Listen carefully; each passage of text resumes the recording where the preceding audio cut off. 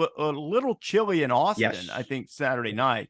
One would assume that we will be in Columbus, where it will be frigid and gray when they play Michigan. And then in Big between, Ten weather. Yeah, it remains to be seen where we wind up.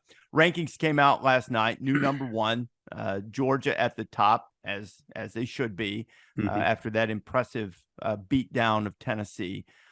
I still had Tennessee hanging in at 4, but I have no problem with TCU being ranked 4 and ranked ahead of them. Anything jump out at you about the rankings from last night?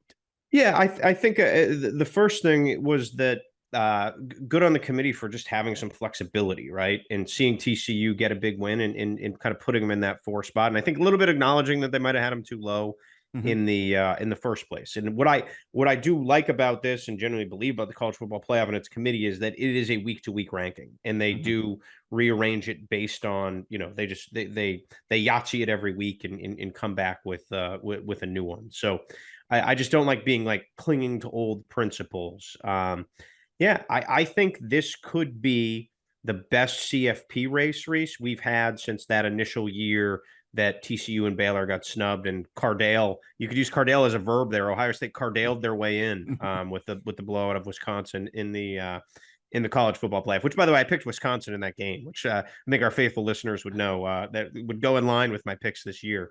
But I do think that's been the most controversial one we've had, and it's because there were just different, there were a handful of different schools that could make an argument for that 4 spot. And I think you forecasted on the show, like we are going to likely face our first repeat. Like the committee is going to have to face whether or not they want a rematch.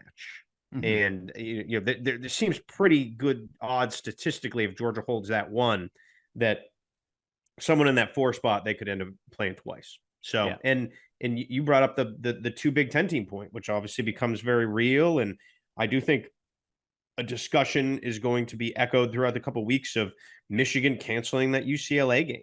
And, the intent of schedule, like, can you reward them and punish Oregon? I think somebody made the point last night on the show of like, Oregon could have played Portland State and they'd be sitting in a much different position right now. So I think there's almost all these, I'm really excited to see how the race unfolds, because there are all these hot topics that we've kind of seen over the years, all sort of barreling down at once. And a lot of them are new and fresh. And I like that there's, when you go 4, 5, 6, you've got 3 teams that, Oregon did make it in the first year and they made the title game, obviously, but you've got basically teams that haven't, new blood that hasn't been there in the last 8 years. So that's exciting to me. And again, we don't have biases. We're fans of the sport. And I think we're fans of the sport from, Boston to San Diego and Miami to Seattle. And we like to see it stretched out and,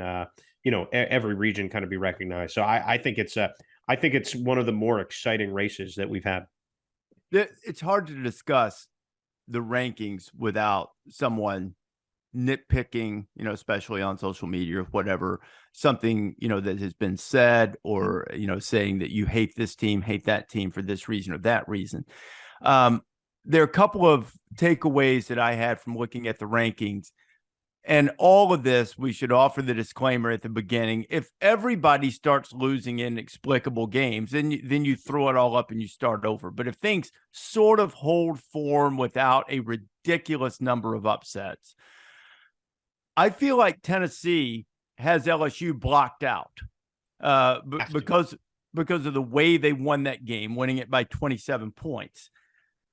Because even if LSU beats Georgia in the SEC championship game, certainly you'd listen to arguments for LSU and understand that one of the losses was by 1 point on the opening night and all of that.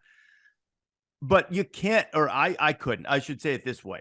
If I were in that committee room, there is no way I could rank LSU ahead of Tennessee based on what they did. Now, head-to-head's not the be-all, end-all, especially if it's a close, tight game and a lot of time has passed.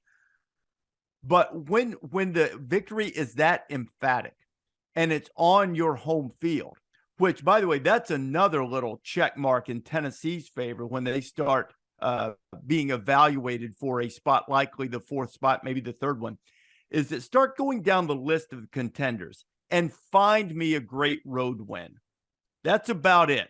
Ohio State has a good one, a good road win at Penn State. I wouldn't say that it's a great one. And maybe one could argue that, the difference in a 2-point conversion against Alabama is what makes LSU, the win over LSU, a great one as opposed to a good one. And that's a fair argument as well. Hard to find a great road win. Tennessee has one.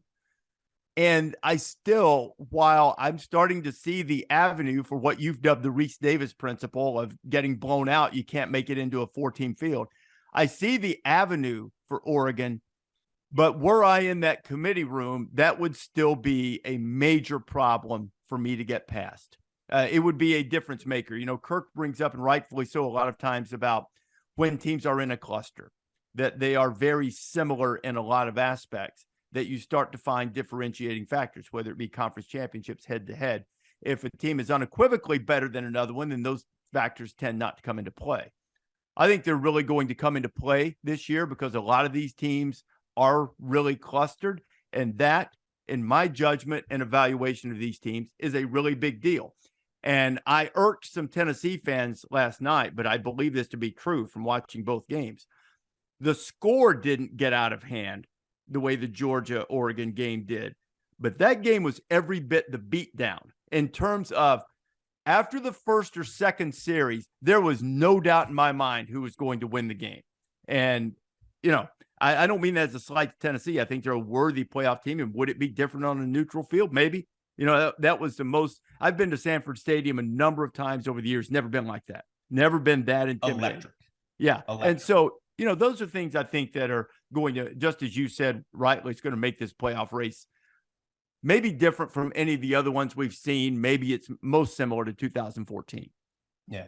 So I do feel like I need to address, I've gotten quite a few angry emails and Twitter messages from Georgia fans about the anonymous coach survey, where one coach did say that he thought there was, a few coaches thought Tennessee had a path to victory and one thought they could score 50. Mm-hmm. That coach was obviously wrong.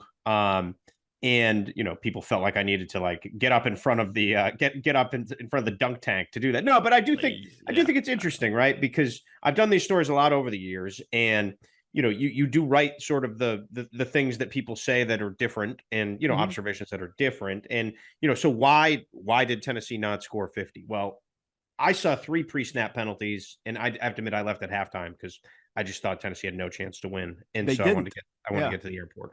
Rece, you spoke about this on the podcast on Monday.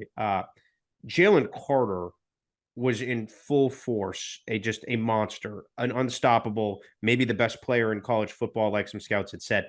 And I can't say with any authority, he was good in the Florida game, but he had not been that kind of player this year. Now, he'd obviously missed some games with injury. They'd been careful with him.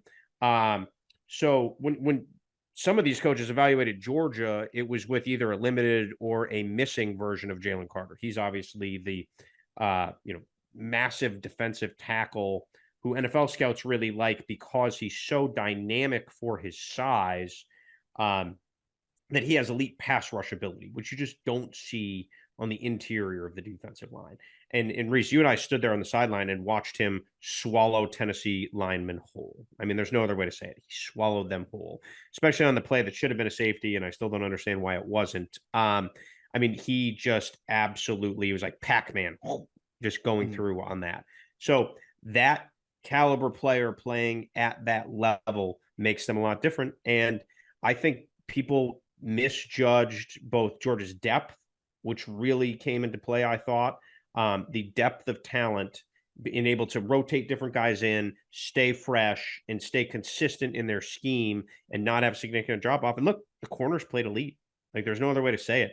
The awesome. Weakness people kept pointing to in Georgia were the different corners, be it Lassiter, be it Bullard. And those guys did not get picked on. They did not get exposed. They did not get exploited. And they did not get run behind. And I just thought, we watched Georgia's guys run free behind the Tennessee secondary. I mean, just run free. And that's what we've seen Tennessee do all year, including to Alabama, which was jarring to see in person. And that just didn't happen. So credit to Kirby Smart, credit to a great plan, and credit to a Georgia secondary that answered the bell. As we turn the page and look ahead to this week, Georgia has shown that when interested, that they're dynamic and brutal to deal with. Do you anticipate Georgia being as interested in Starkville Saturday night? Now, there's no reason in the world to expect that Mississippi State is going to be able to do much more than it did against Alabama. Thanks for watching ESPN on YouTube. For live streaming sports and premium content, subscribe to ESPN Plus.